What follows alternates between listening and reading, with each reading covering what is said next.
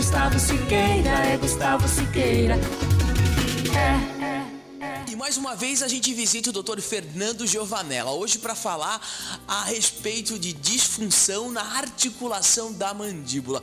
Antes disso, vamos apresentar então o Dr. Fernando Giovanella. Ele é especialista em cirurgia e traumatologia bucomaxilofacial, mestre em implantodontia, membro do Colégio Brasileiro de Cirurgia e Traumatologia Bucomaxilofacial. E tudo bem, doutor? Mais uma vez de volta ao programa com um assunto super bacana e que o pessoal de casa não entende, mas que é muito comum também, né?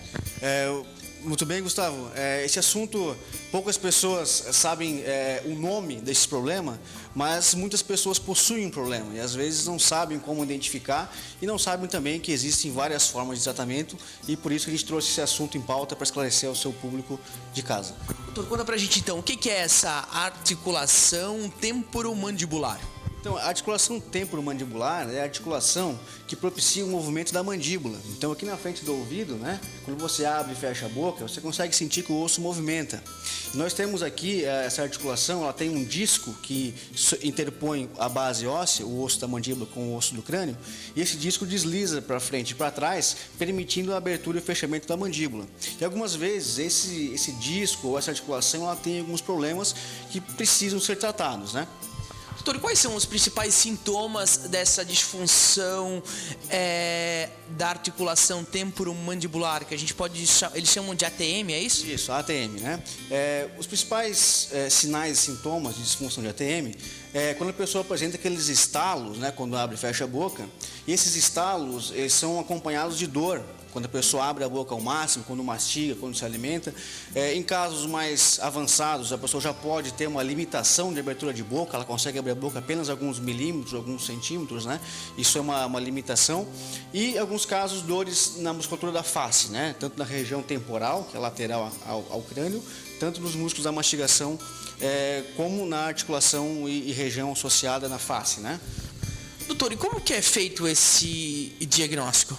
O diagnóstico ele é feito baseado numa consulta clínica, avaliação clínica do paciente, associado a exames de imagem, né, como radiografias e, na maior parte dos casos, os exames de ressonância magnética, que é o exame que você consegue ver aquele disco que interpõe, né? Então, através de radiografias, você vê a parte óssea.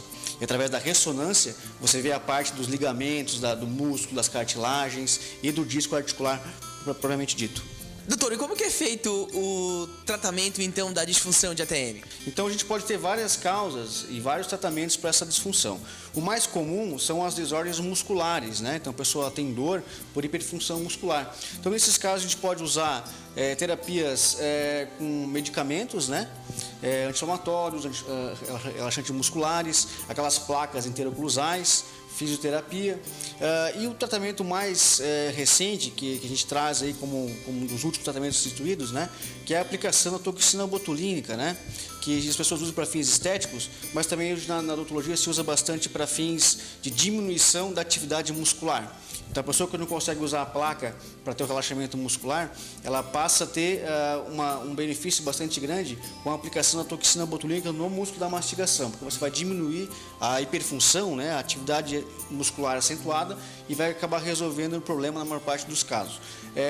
Casos que já são mais avançados ou problemas na articulação, nós temos procedimentos menos invasivos, como a artrocentese, que é uma lavagem da articulação para remover adesões. Às vezes, com a inflamação crônica daquela articulação, vão se formando pequenas adesões e aquele disco ele não consegue mais deslizar.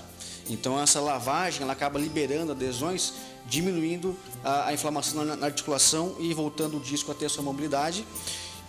Em casos mais graves, a cirurgia aberta, que é a última opção, né? Então, se tem um tratamento bastante longo, nós temos um arsenal terapêutico bastante grande de manobras mais conservadoras, deixando a cirurgia aberta como